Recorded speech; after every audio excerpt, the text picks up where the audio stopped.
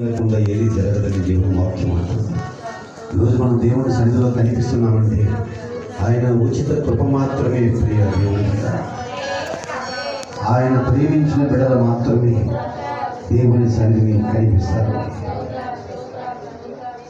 2006 సంవత్సరాల క్రితం మన కోసం, మన పాపాల కోసం, మన శాపాల కోసం, మన అతిక్రమాల కోసం తన పరిశుద్ధ రక్తాన్ని చిందించి ప్రాణ త్యాగం చేసిన దేవుడు ఉన్నారంటే ఆయన యేసయ్య మాత్రమే. అది మనం జ్ఞాపకంలో ఉంచుకున్నట్లయితే ఎన్నడూ దేవుని సన్నిధికి మనం దూరము కాలేము కూడా. ఆయన రుచి చూసి తెలుసుకున్న వాళ్ళు ఎలాంటి సమయమైనా కూడా పూర్ణ హృదయంతో ఆయన స్తుతించుకుంటూ, ఆరాధించుకుంటూ, ఆయనలో సంతోషిస్తూ, ఆయన నామాన్ని ఘనపరుస్తూ ఉంటాడు. ప్రియ దేవుని బిడ్డలారా, అందుకే దేవాది దేవుడు అన్నాడు, ఆత్మ లేని వాడు నా వాడు కాదని. పరిశుద్ధాత్మ దేవుడు మనలో ఉన్నట్లయితే ఆయన నామ మహిమార్థమై జీవిస్తూనే ఉంటాం. మీ నిమిత్తమే కదా నా నామం దూషించబడుతున్నదని దేవుని వాక్యం ఘోషిస్తూ ఉంది. ఎన్నటికీ మన నిమిత్తము తండ్రి నామము దూషించబడకున్న నిమిత్తం పరిశుద్ధాత్మ దేవుని కలిగి ఉన్నట్లయితే దేవాది దేవుని నామ మహిమార్థమై మనం జీవిస్తూ ఉంటాం. ఈ లోకానికి, పాపానికి దూరంగా మనం జీవిస్తూ ఉంటాం. ఒక ప్రత్యేకమైన జనంగా మనం కనిపించాలని ప్రభు ఎదురు చూస్తున్నాడు. ఒక ప్రత్యేకమైన జనంగా ఆయన రాకడ పర్యంతరం మనం కనిపించాలని నా ప్రభు ఎదురు చూస్తున్నాడు. ఆయనకు సాటి ఎవరు లేరు. ప్రియ దేవుని బిడ్డ, మన కోసం ప్రాణం పెట్టిన దేవుడు ఎవరు లేరు. ఈ లోకంలో ఎవరు లేరు. నేనే దేవుడును, నేను తప్ప మరి ఏ దేవుడు లేడు. అలాంటి దేవుడు మనం నమ్ముకున్న మనం ధన్యులమని దేవుని వాక్యం చదివిస్తుంది.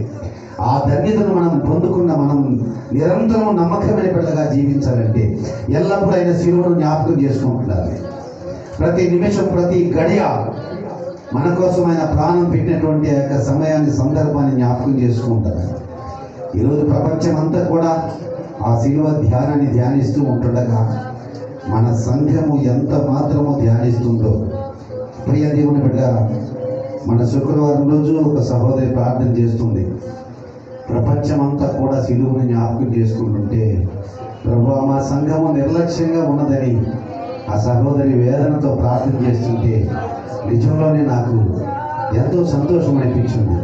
అలాంటి మనసు ప్రతి విశ్వాసం కలిగి ఉన్నట్లయితే సంఘము విస్తరించబడుతుంది, సంఘం ఆశ్రయించబడుతుంది, సంఘము దీవించబడుతుంది. ప్రియ దేవుని, ఒక్కసారి మనం జ్ఞాపకం చేసుకుందాం. ఆయన యొక్క త్యాగాన్ని మనం జ్ఞాపకం చేసుకుందాం. ఆయన త్యాగాన్ని మనం జ్ఞాపకం చేసుకుందాం. హల్లెలూయా, హల్లెలూయా, హల్లెలూయా. నమ్మదగిన వాడే, నలు దిశలా నెమ్మది కలుగజేయువాడే. నమ్మదగిన వాడే, నలు దిశలా నెమ్మది కలుగజేయువాడే.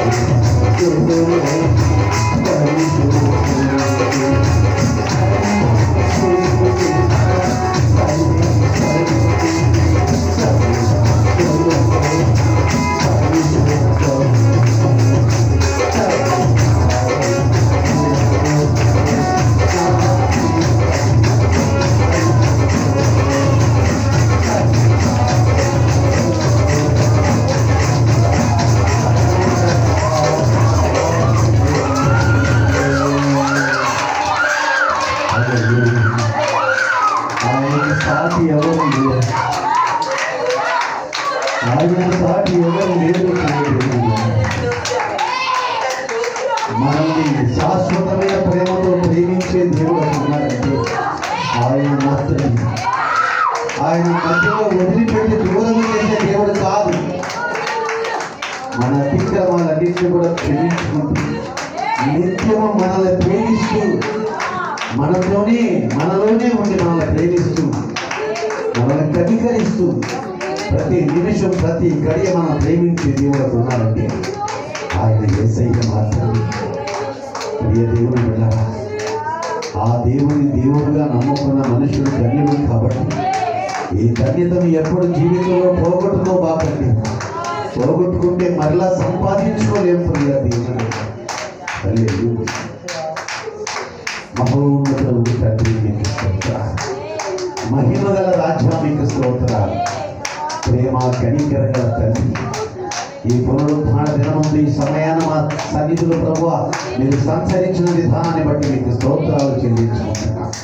అలిపులమైన మా మధ్య మీరు సంచరించిన దేవుడమైన తండ్రి, మీ వెల్లని పాదాలకు స్తుతులు చెల్లించుకుంటూ ఇక జరగదైన ఆరాధన యావత్తు మీ హస్తాలకు సమర్పించుకుంటూ యేసుక్రీస్తు పరిశుద్ధమైన నామములో ఈ ప్రార్థన అడిగి వేడుకుంటూ ఉన్నాను నా పరమ తండ్రి.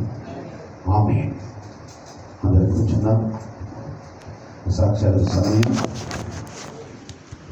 సాక్షిని చెప్పదలిసిన వాళ్ళు